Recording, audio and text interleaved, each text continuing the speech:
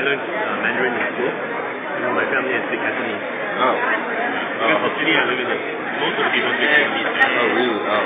So you're pretty well off. And English. Yeah. Oh, okay. You can speak four? Chinese, Cantonese, and Mandarin. Do you consider them separate languages? Yeah, what language is Malaysian?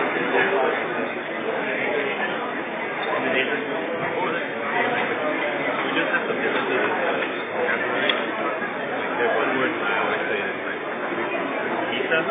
In Indonesian it means yeah, I can. But in Malay it means poison. So like poison?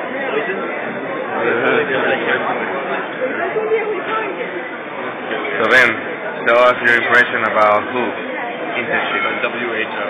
Yes. Well, it's a very large organization. It does lots of stuff. A lot of data going through here. Yeah. Useful data or just data? Data. I agree. Okay. Thank you, Mr. Irvin.